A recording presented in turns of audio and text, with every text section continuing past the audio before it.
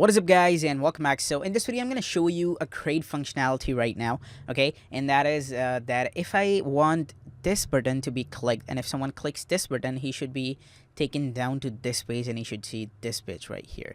Okay, so how this is going to work? Okay, let me show you. What I have to do, I have to just click here, and I want to go to this section right here. I want to click edit section.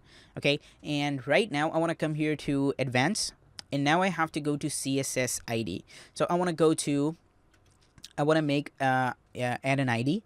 Okay, so this is going to be ABOUT. Okay, and now what I have to do, I have to just hit save. So this ID is right here.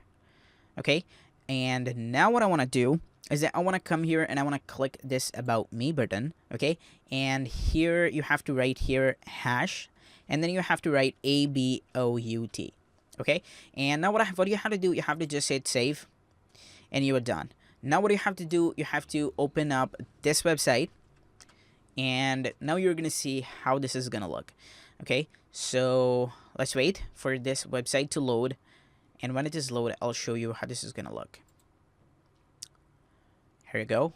You can see we have our about me. If I just click this, it is taking me down to about me section. So when we will add some more sections to right here, then you can see this about me is gonna appear right here. So I'm just gonna go